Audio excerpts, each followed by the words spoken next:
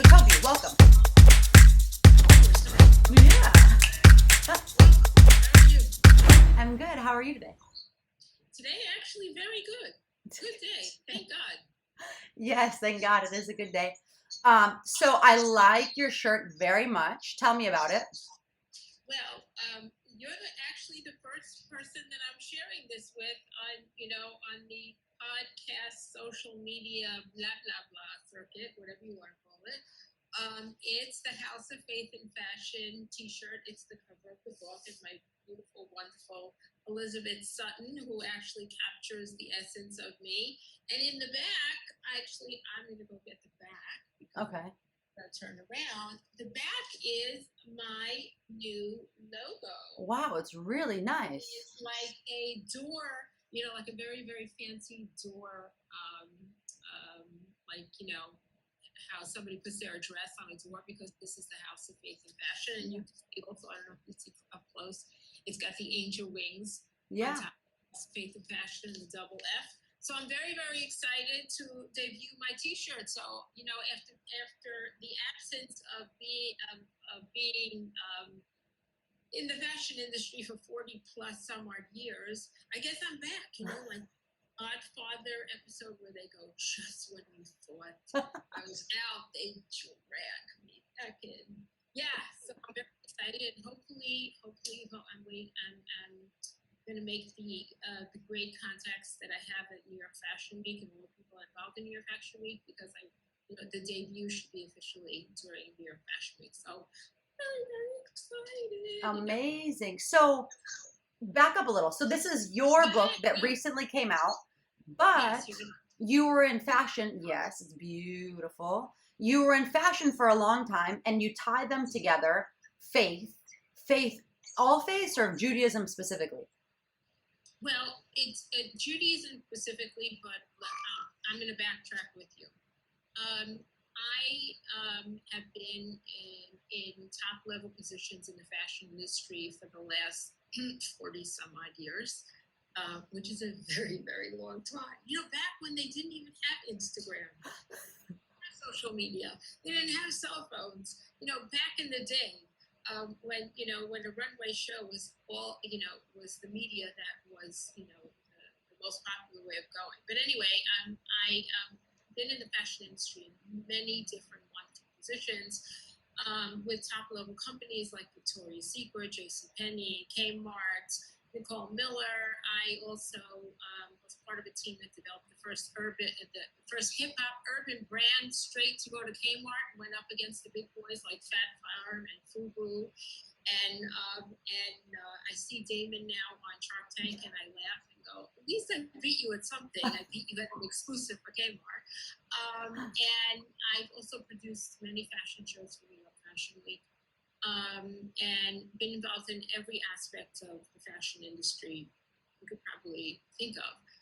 And the faith part of it is, I've been in that my entire life. I was raised, as an Orthodox. Okay, I know that's a good buzzword right now. I know everyone's using, so let me market myself as well, because that's who I am.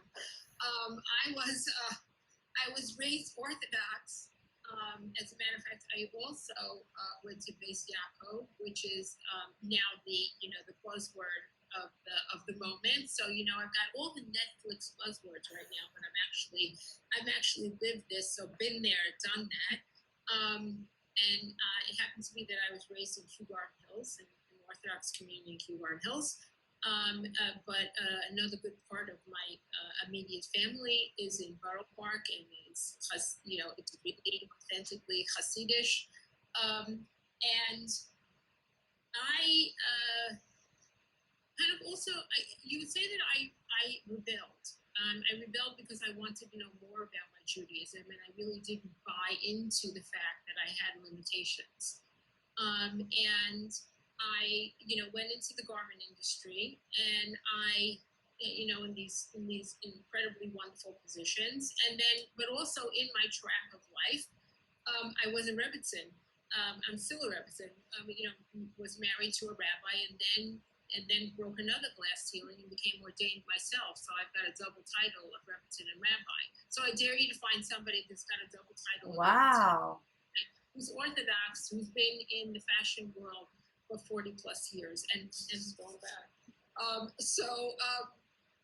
I combined all that because really the truth is I've been living in the house of faith and fashion my entire life. I built it from scratch, from the foundation up, and I kept putting on new and exciting, say annexes to this great house. And what happened is that I started the concept of bringing it public, like voicing who I was instead of just living it, but actually speaking it, by starting a series called The House of Faith and Fashion when I was a Rabbitzen. I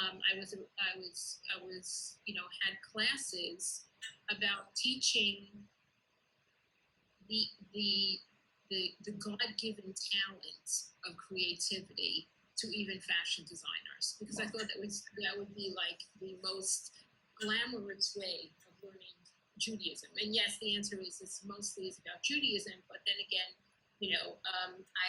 one of my closest friends who is Christian, is the editor of this book and actually loved this book because, if you're a believer of let's say, we'll call it the Old Testament for lack of a better word, then you'll understand that, I'm talking about, a common ground, which is God. And so I started this very popular series in which I would sit down with top fashion designers and ask them just an opening question: do you believe that your talent is God-given? And you would not believe how appreciative these designers were, that I spoke to them as a creative soul rather than what did you do this season and what I'm going to wear. And you're only as good as, whatever it is that you produce, every 6 months for me, or basically every 4 months for me. You're only as good as what your design is or how hot your label is. I wasn't interested in that. I was interested in, let me talk to your soul. And you say in Hebrew, your neshama. You have a creative soul inside. Let me talk to that. And that really went over tremendously big. And then I produced, I'm going to say been there, done that, produced a TV show called The House of Faith and Fashion, a reality show in which I took that talk show concept on a broader scale. Unfortunately, at the time, we were supposed to be on NBC nonstop, and NBC nonstop went out of business, and it was a hard concept to shop at the time when screaming, yelling, and pulling out, your co-star's weave and turning over a table was really what they wanted. So having faith and understanding the concept of the duality, living harmoniously together, was not what they wanted. So, God gives you tests in life, and it depends on what you do with your tests. And the final test for me to go, okay, I now have to write this book was, I was diagnosed with cancer. I was diagnosed with stage 4 uterine cancer, and that to me, I took that as the sign of, God was saying, you know what, you got to put your purpose to pen right now, and this is how you have to teach the world how to combine the creative process with the divine process. And that's the book. The book was a lifetime in the works as far as living it and breathing it, but it took this kind of, we call it a medical awakening. Is that a good word? Yeah. And then I wrote that book. I wrote that book during all my chemotherapy, my operation, my recovery, and thank God I'm talking to you now. My complete recovery. I want to go back a little tiny bit, because I think that, most people don't, I think non-Jews don't know that females can also be rabbis. Well, okay, you see, this is also like a tricky situation because, I started my process of being a rabbi simply because I actually wanted revenge on the person I was actually the person that was divorcing me, who happened to have been a rabbi. I mean, I can't, I'm not gonna lie and tell you this. I had a calling, and all of a sudden it's what I wanted to do. But because in my world, it is taboo. It is questionable. It's become, the doors are opening wider and wider, as you know, as certainly as I have seen in the last, I'm 63 years old, certainly I've seen in the last 63 years, how Jewish women in spiritual roles have become much more active and more accepted. However, an actual rabbi in the Orthodox world, and the whole Orthodox and to the right of all that, is still not accepted. Mm-hmm. However, with my family situation, which is what I actually address in the book, is that I went and asked my family's permission to do that. Mm-hmm. And you know, if I could paint the scene from you, it was you know, Hanukkah of 2011, and I was at my family's, you know, annual party in Borough Park, in the heart of Borough Park, and I walk into this house. And, you know, there's kids all over the place. And there's a huge dining room table, and there's, you know, a lot of food. And this is, you know, anything that you think is characteristics of what that place should look like, it does. You know, and sitting at the head of the table is my uncle Chaim, may he rest in peace, an enormous man. Sitting, of course, at the head of the table, watching everybody, his entire family. And I got up and said, okay, listen, I have an announcement to make. And everyone was like, oh my God, what now? And I said, I want to become a rabbi. And I really thought that my uncle was going to kill me. I mean, I thought it was like, there's no way, oh my God, how can you do that? But you know what? He was a lot smarter than me. He got up, he banged on the table, slammed on the table, and my Jewish name is Tobi. So I knew if I'm being called Tobi, that means, you know, he's talking to my soul. And he said, Tobi, if everything you've been through, because I've just been through a really bad public divorce, if everything you've been through, you still want to learn Torah, go ahead. And I'll support you. You better be the best at what you are. Wow. And I said, whoa. And, you know, experience and years taught me how brilliant that was, because he knew that if I kept studying, I would fall back in love with my religion, and I would understand more. And that if he didn't, if he went against me, that I would take a rebellious tone, I would do things and burn down what was behind me. So I so appreciate that type of love that I got from my family, including, you know, I practice my sermons with my father every week. My father was extremely religious, may rest in peace. And exactly what they thought was going to happen is what happened. So my revenge became my salvation. It's good. It's great. Yeah.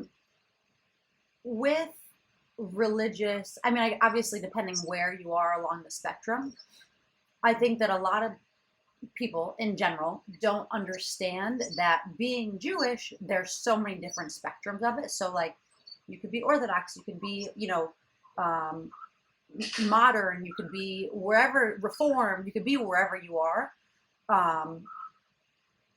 as long as you have that faith, right? So as long as you have it in your heart or in your soul, as you put it, I guess. Well, you know, you're asking really good questions. Thank you. But you know, my mind is going in 20 different directions, because I'm going Jewish law, because I'm going everything in there, because they're all spinning all at the same time. But okay, so I'll just try and put everything together in my head with one. You know, you can't make one say. I'm going to start that answer with unfortunately. Unfortunately, we have too many sects and labels within Judaism that nothing really is clear. So if I said to you that I'm Orthodox, there's 100 subdivisions of what I could say. When I grew up, it was a lot clearer than it is today. The waters got so muddy that, you know, you're going to have to tell me, are you a black hat? Are you this? Are you that? Do you have a white tablecloth? Do you have a green tablecloth? So it's become so muddy. You're right. It's mucky water. I can't even use the word labels. I can't even use that. It's just, it's all together. It actually makes me crazy, because I don't even know what that means anymore. So when someone says Orthodox, I don't even know what that means. So, and everyone seems to be in conflict with each other. However, I do have to say that, in a case of somebody trying to define who they are, my suggestion is that whatever it is that you practice within Judaism, I urge you to learn more about how rich Judaism is. So if you're Reformed, don't say, I'm Reformed, I'm not going to do Shabbos, I'm not doing it. Learn how important these things are, and especially which it seems to be the twisted part now, is the role of the female within Judaism. I think we've been so inundated with negative images and negative things, we're baby making machines, we're this, we're that, we're that. It's so not true if you do your homework, but you gotta do your homework. Just because someone tells you one thing, that is not the absolute answer. And we're living at a time where I don't feel people feel that there is such a great authority out there that they can go to and get the absolute answer. We're living in a time where you need to do your own homework, just like with everything in this life. You need to do your own homework. Someone tells you take a vaccine, do your own homework. Someone tells you about COVID, do. If you did your homework about Judaism, much as you did your homework about COVID and the vaccine, that would be wonderful. That would be great. But of course, the essence of Judaism is that there is only one God, and that's God. And that's God up above, and how you worship Him, and how there are rules and regulations to how you do, just like anything in life. There's rules and regulations to anything that you do. So, to answer your question is, unfortunately, that's my answer. Okay, fair. I mean, it's valid. It's not. I think that it goes back to depending where you are and whatever you've been through, you have your belief, or for whatever reason, do your 100%. research. Do your homework. Do your homework, and then challenge yourself not to be judgmental. That's the big test. Yeah, I think that's the ultimate test. Is that's the ultimate test. That one. Don't be judgmental. Actually, be open. Open-minded. Yeah. When you first found out that how did you find out that you had stage 4 cancer? Like, how? Because do you even feel it there? That sounds like a weird question, but no. You know what the truth is? I found out through a totally different means. I was walking this way and something that way got my attention. I had fluid in between my lungs and chest cavity last September. Actually, the previous September during the high holidays.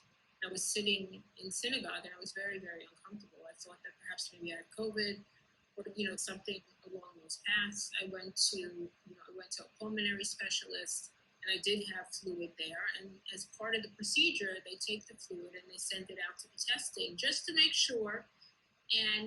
But they drained the fluid. I was on medication and I felt better. And then I got a call from the doctor and said, you better come in because there's something wrong.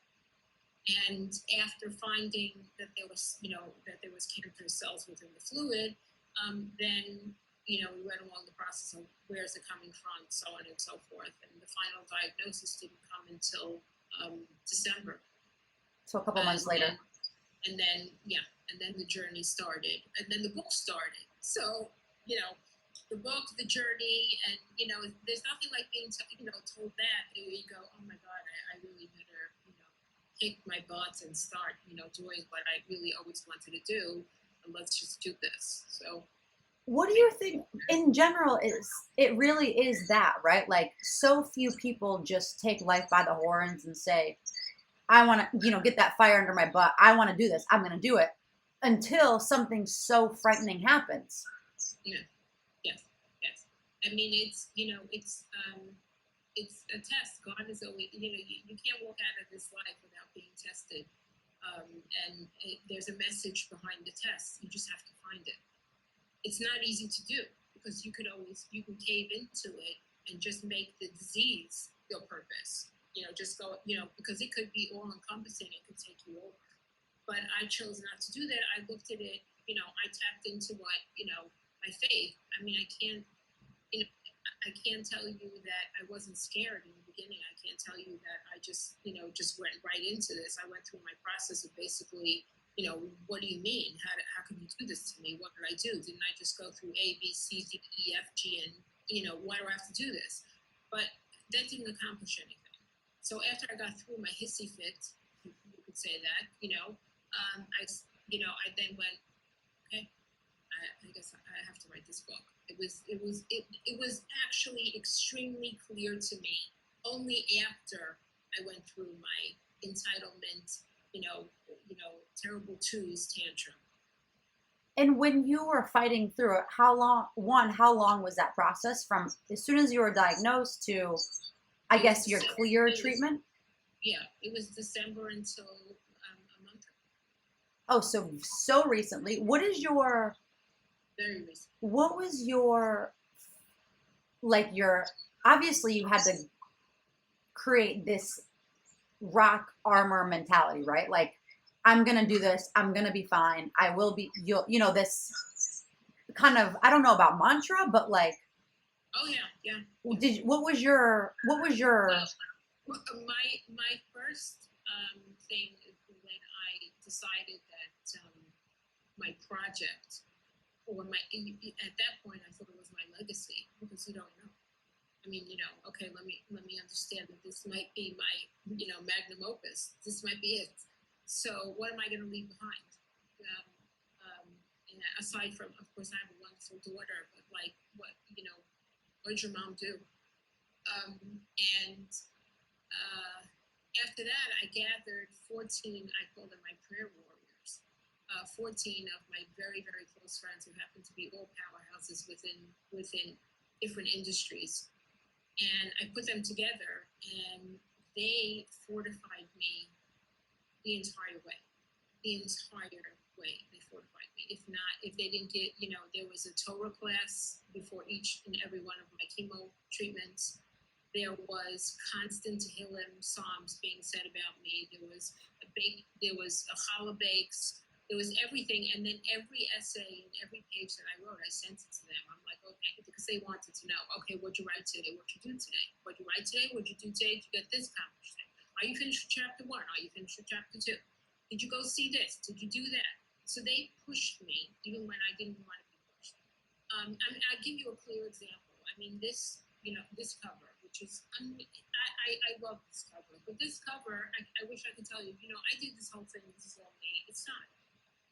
The truth is, this cover was shot round 3 of chemotherapy. When I was in Mount Sinai, hooked up for 6 hours to chemotherapy, laying down in a hospital bed with my doctor behind me. I'm on an iPhone on FaceTime to Miami, where Elizabeth Sutton, who came up with the concept of this, who is me doing the essence of me, with my Shaita lady who's there with the makeup team and the hair team, over and a photographer that another friend of mine got, shooting the cover while I'm in chemotherapy. My doctor said, "Who does this? I mean, kidding me?" She thought I was kidding when I said, "What do you do?" "I'm writing a book." "No, okay, I'm writing a book." Nobody believed me, but the truth is that's the power of the women that I surrounded myself with. Having said that example, those women are all different versions of Judaism and all different versions of Christianity. So, but the common denominator in all of them is their absolute belief in God. Mm-hmm. Absolutely. I mean, it's like, I'm praying, he's your doctor, don't listen, don't get discouraged, we're praying for you. And I felt fortified with that. So that, you're asking me what did I have? I had them. And I had my husband, who was, in charge of, my medical team and everything else. And I know that, the doctors, everything would be taken care of. My daughter, who also took care of everything. So I had my family, the core of my family, and I had I call them my prayer warriors. I wouldn't do anything without them. And I couldn't do anything without them at that time. And if I can tell you, the encouragement was not normal, which goes to show you that women can be encouraging to other women. without, my very extremely orthodox, I won't say the name, in Muncie with her stockings that have seams in the back.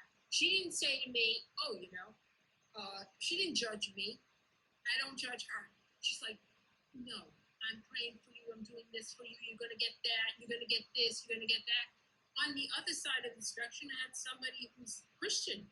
Said, I don't care. There's all one God, and we have a faith in God. This is your way. This is my way. I've respected you all your life, but now you need me. We all need to be together to make you well. Yeah. So I wish the whole world got along like this.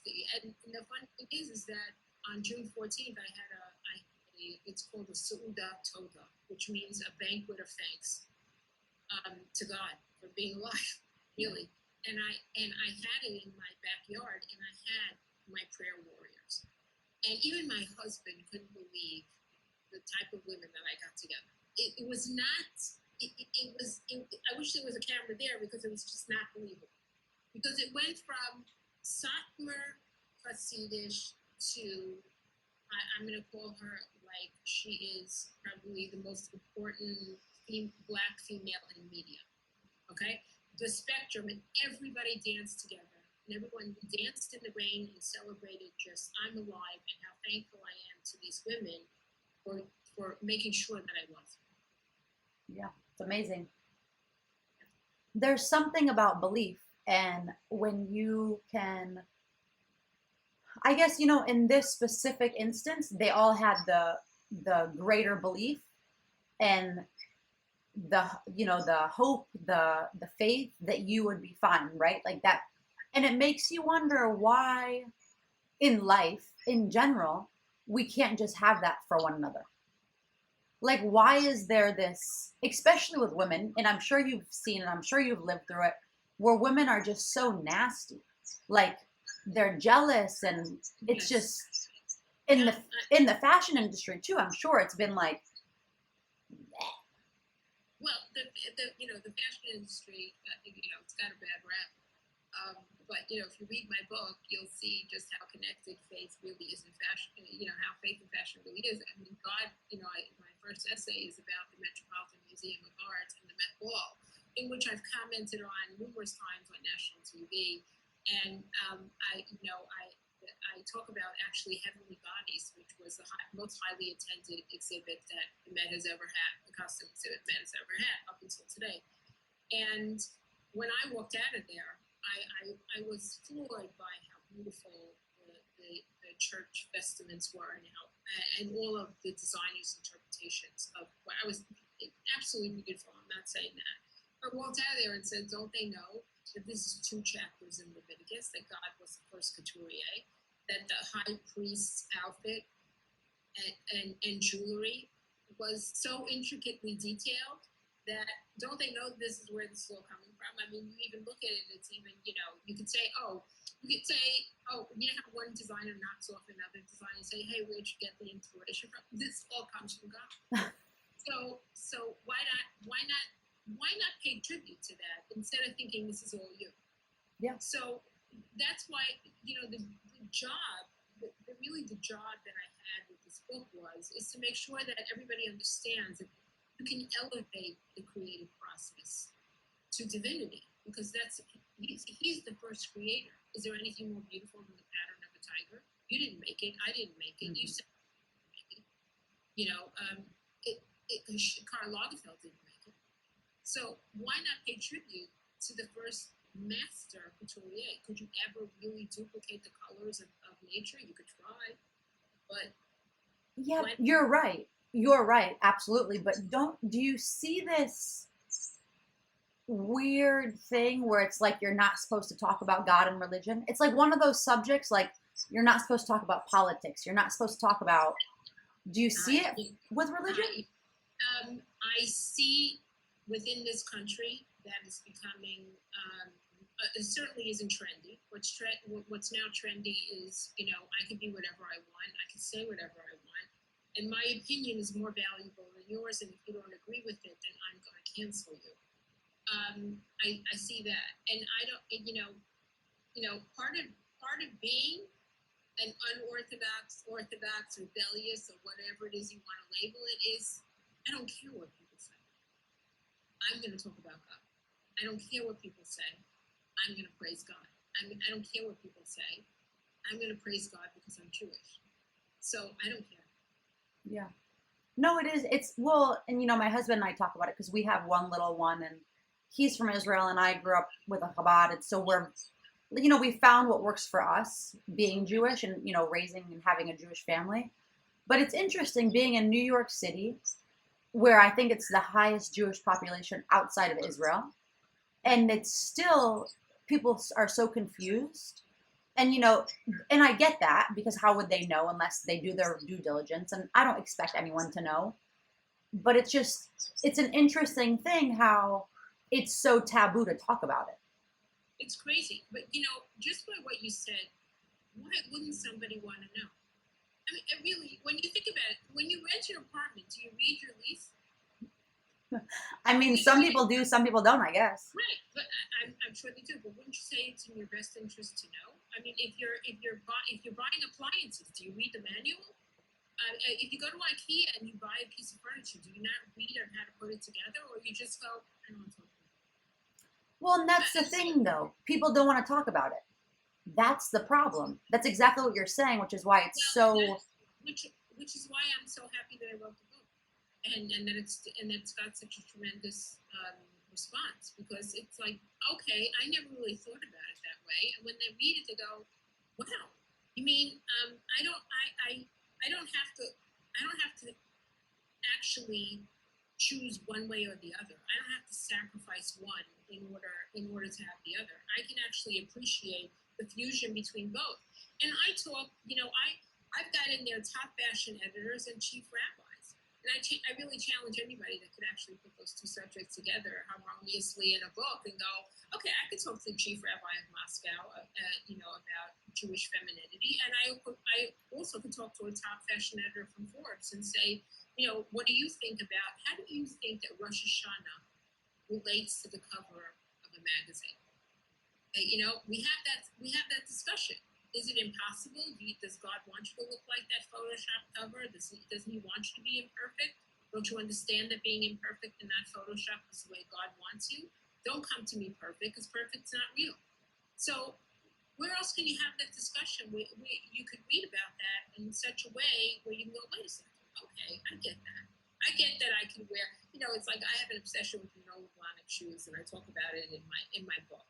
But I also understand that within Judaism, shoes are holy, and I learned about it. When to wear shoes, when not to wear shoes, the importance of shoes. Even Judaism even tells you which shoe to tie first, and then second. But because they're holy objects, so hey, and my monoblancs are holy. That's fine. Go ahead and pray. Just go. Hey, you know what? I love them, but. Yes, Judaism touches on everything, and there are rules about everything, because God created everything. But that doesn't mean you can say, you know what, I don't want to have anything to do with this, just let me do what I want, I don't really care, I don't want to really know.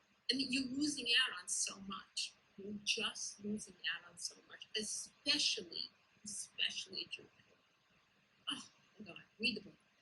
You'll understand that it's just, the concept of beauty and how important beauty was to God, that it was the Jewish women that gave their mirrors to the Holy Temple. And even Moses said, what do I need for these crazy, frivolous things? God, what, really, you want me to take their mirrors? I mean, what do they do with these mirrors? And God said, you don't understand how important these mirrors are? If it wasn't for the Jewish women beautifying themselves in the mirror and seducing their husbands because their husbands didn't want to have anything to do with having another generation, there would be no Jewish people. I mean, that's an incredibly powerful thing to know. Yeah, it is. The contribution was huge. And it was, and that contribution had to do with beautification and seduction. How crazy is that? Yeah, I mean, well, unless you know history, it's going to repeat itself, right? So that's part of learning about history, and it's learning. You can call it history, you can call it whatever you want. It's Torah.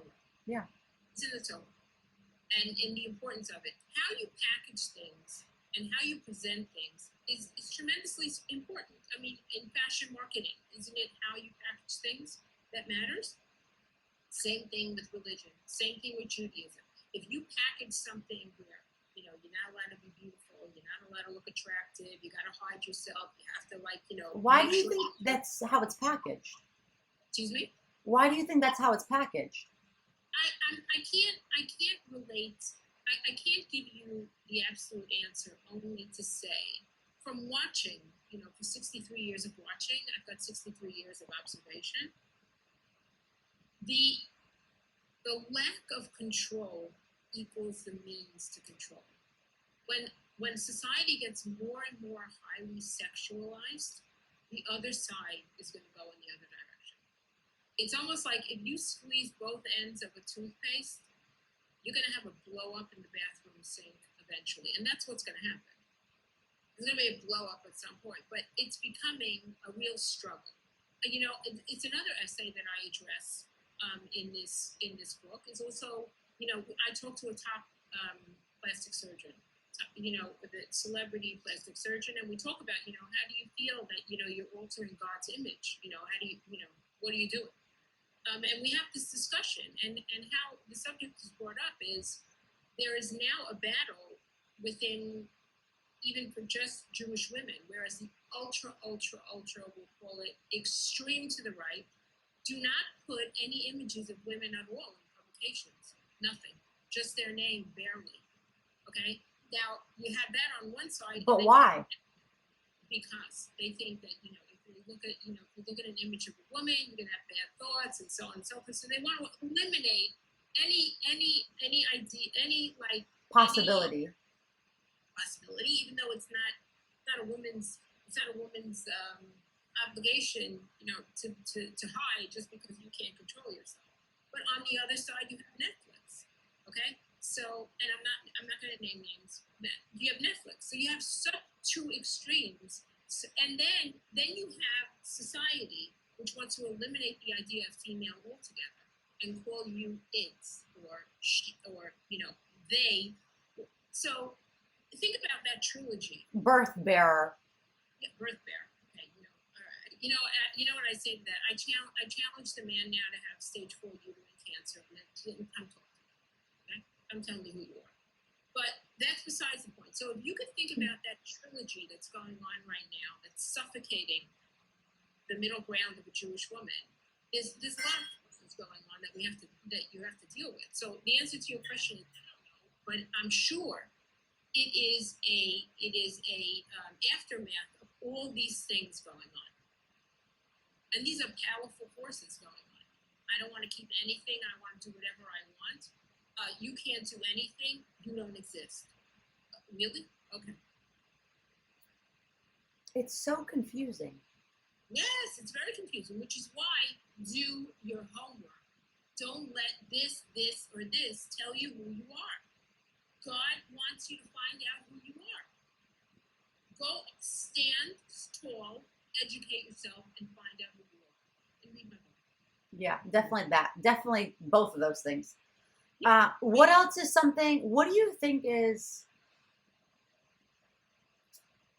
aside from digging your heels in and, you know, grabbing life by the horns and making things happen, what else is something that you have learned in the last, I guess it's been a little over a year, for life is too short to just sit and waddle, right? Sit and waddle. Like, I mean, I could tell you something cliche, like, you know, live every day like it's your last day, and I could give you lots of Hallmark cards to go with that. But the truth is that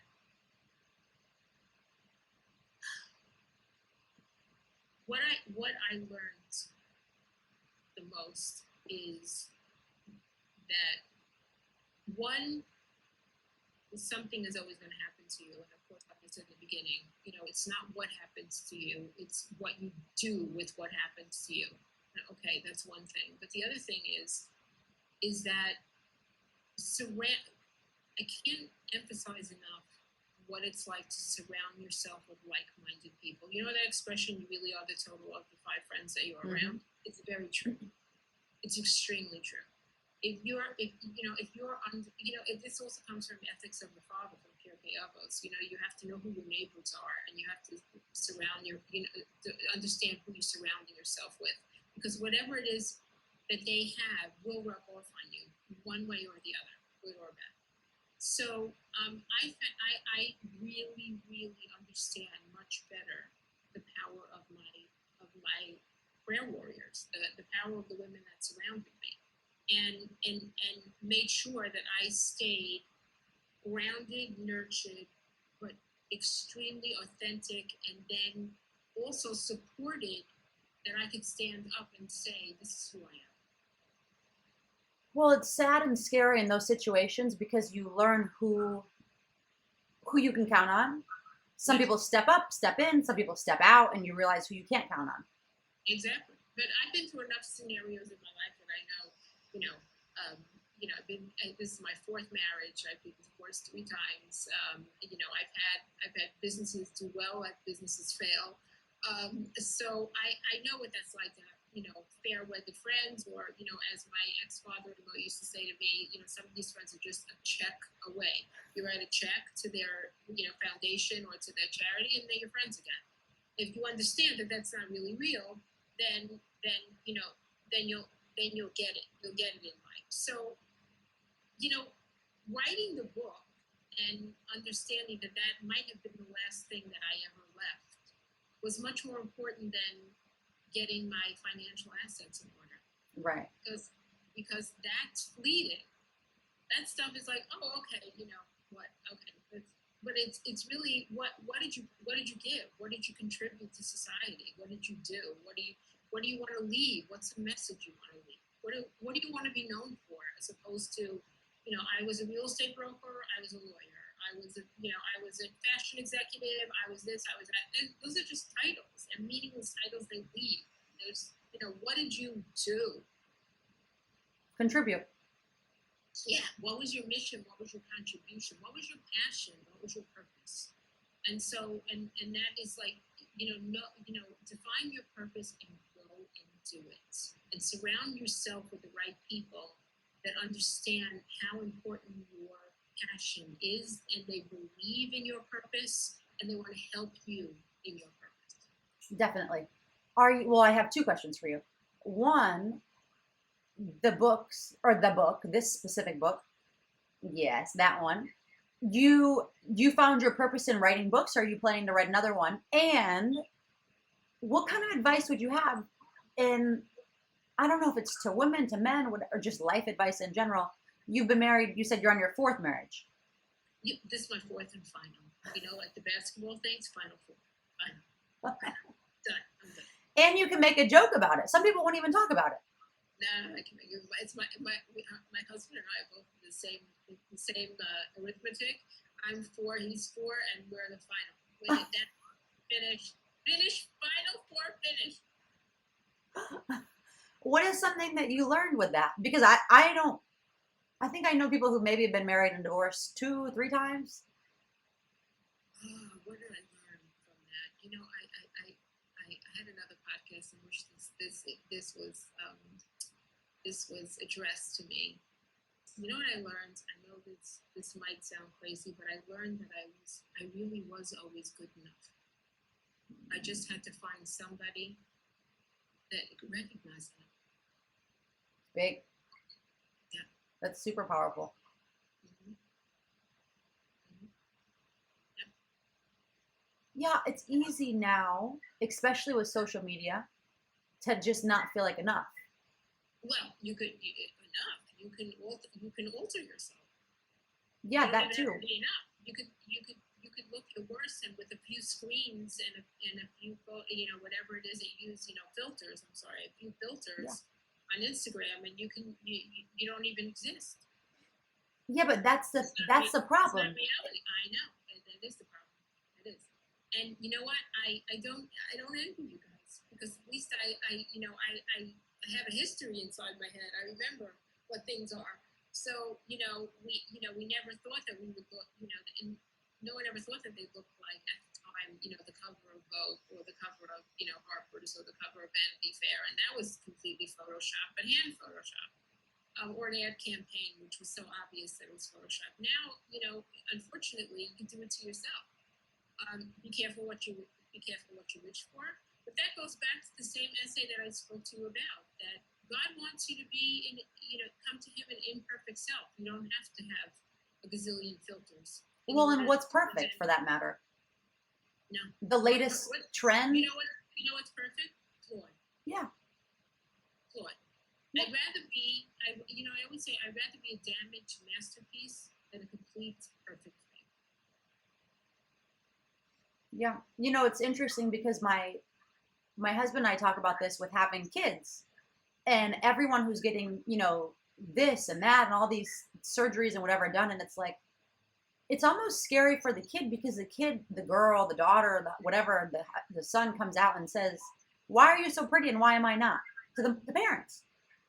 Like, if they don't look anything like the parents, and it's like, how sad is that? I understand that, but as in everything in life, and I can tell you that I don't have Botox, I didn't do my nose when I was younger, and I'm not gonna lie. I mean, I just had a huge party at my plastic surgeon's clinic on Fifth Avenue, and I love him dearly, but I also think he's an amazing plastic surgeon. But anything in life is all about moderation. Everything is all about moderation. That's really the key. You know what? I equate it. You're giving me an example about raising kids. Okay, I have a daughter. You have kids. We're both mothers. We understand. If you raise your child where either side, either you say to him, you know what? Everything you say to me, you cannot do. No. This is forbidden. This is forbidden. You can't. That's one side. On the other side, you say, do whatever you want. I'm behind you. You can do whatever you want to do. That, go. You want to do that? Go. Do whatever you want. Now, what kind of child do you have on the other side? An asshole. Very messed up. Now, the biggest challenge as a mother is that balance. What battles do I choose today? Yes. No, it's the same thing in a marriage, right? It's the same thing with anything. It's the same thing. How do I stay on that surfboard? Either way, you go either side, you're gonna drown. And also, how else you're gonna drown? If you pretend, you put crazy glue on the bottom of your feet and stay on the board, you're also gonna drown because you're just pretending. So you gotta do the work. You can't avoid the work. That's the problem. This generation, whatever it is, again, I don't want to go into any judgment or anything like that. But there's no way of avoiding the work. There's no way of avoiding the pain. There's no way of avoiding the lesson. There's no way of avoiding yourself. Mm-hmm. Yeah, that's it. You're right. It is truly that simple. I had someone on recently, and we were talking about that, how everything now is just, you want it. You want it now. There's no, you just get it. Yeah. And it's really scary to have, thinking about having kids and bringing them into this world and what's happening now. Well, that's why you also don't have to cave into it. Right. You also could not do it. You could also, you could also say, I'm not doing this. I'm going to do what's best for me. I'm going to do what's best for my family. I'm going to do my homework. I'm going to be the best that I could be so I could raise my children in the way that I want them to be raised. Mm-hmm. And by the way, it's a lot of work. And the work is getting harder and harder and harder.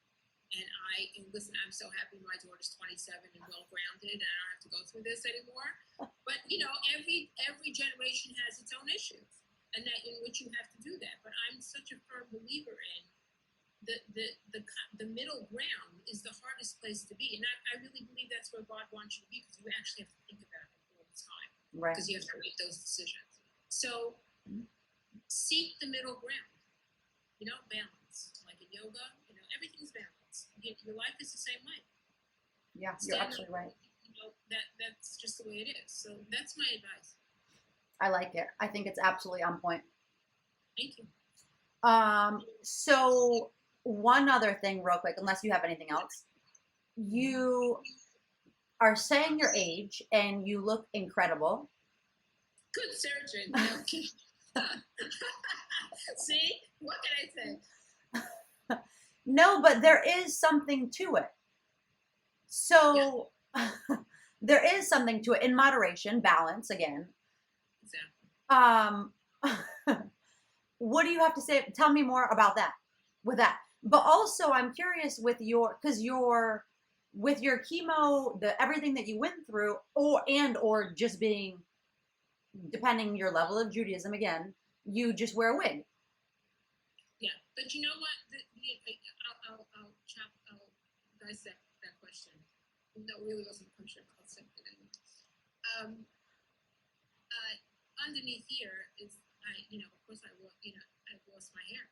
I'm happy that I have eyebrows and eyelashes. Grateful, really, really grateful. So actually, this was another. You're giving me leeway to talk about. Well, it's another essay in there where I challenge my own version of beauty.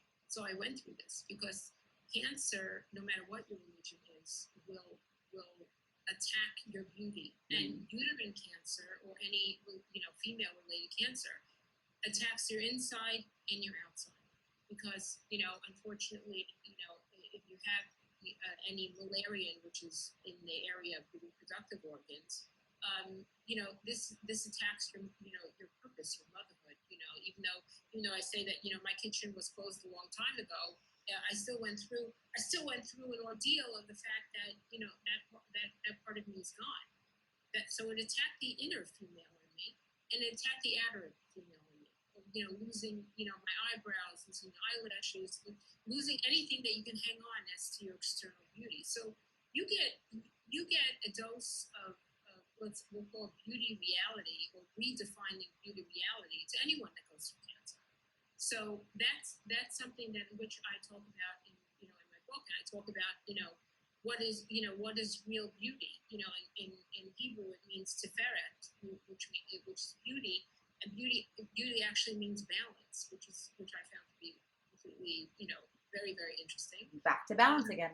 And that the importance of beauty. The importance of beauty, even as God refers to our mothers, Sarah as being beautiful. Eve was the most beautiful woman that was ever created. Rachel was gorgeous. Queen Esther, her beautification to become the queen. Beauty is addressed. Joseph is beautiful. Beauty is addressed, even in Judaism. So it was like, oh my God, I have to redefine myself, and you got to go really, really within to find it. It's I don't see the process is very, very healing, but it's very, very difficult to do. Now, on the other hand, yes, do I wear a wig because I cover my hair, and then there's that whole other issue. She's covering her hair. Her hair looks better in a wig than it does when she had her hair. But I didn't always cover my hair. Covering my hair was, I went through a transition. I really didn't. I always wore my hair covered, in synagogue. But outside of synagogue, I really didn't start covering my hair until after my last divorce, in which I, came to some awakening. But I can't tell you that it didn't come at great times in my life. All of a sudden you go through menopause, which you're not gonna, you have a lot of ways to deal with. I can't tell you that, hey, this hair is a lot better than the hair I had, or covering my elbows now, or covering this part is a lot easier to do now because it's not as attractive as it used to be. So I can't lie and tell you. I'm not going to lie and tell you, I never wore a bathing suit. I worked for Victoria's Secret. I'm not going to tell you that I didn't wear short skirts, or I didn't. I went through all those stages of my life. I just, along the path, hopefully people grow, and hopefully, you become wiser through the years. Now, should I just say to everybody, well, please make the same mistakes I made? Isn't that stupid? Isn't it my job to actually say, I made this mistake and I'm wiser, and let me pass this on to you? Right. Big difference. Mm-hmm. I'm very, very curious about this. You touched on it just a little bit about beauty and redefining it. Read. Yes. Because I think that is something that's big one. Yeah, and it goes back to the filters and all the shenanigans that are happening in social media, and these figures or role models, whatever you want to call them, that so many, and this is obviously specifically for women. Influencers, correct? Yes, that women are specifically looking at, and it's really sad that they try to mimic these other people. Listen, that it's my other plea, as what we had spoken to before. Please stand your ground and be you. God didn't make any other person like you. Relish in the fact that you're you instead of somebody else. I think this is such a good way to end. Even though I want to keep talking. Buy my book. Okay, your website, your handle. My website is thehouseoffaithandfashion.com. You can find me on Instagram at Tobi Rubinstein or at The House of Faith and Fashion. On Facebook, you can find me at Tobi Rubinstein or The House of Faith and Fashion. Just find me. Yeah, very important. Yeah, very important. And be you. Be happy you're you. Thank you so much. My absolute pleasure. See you, Tobi.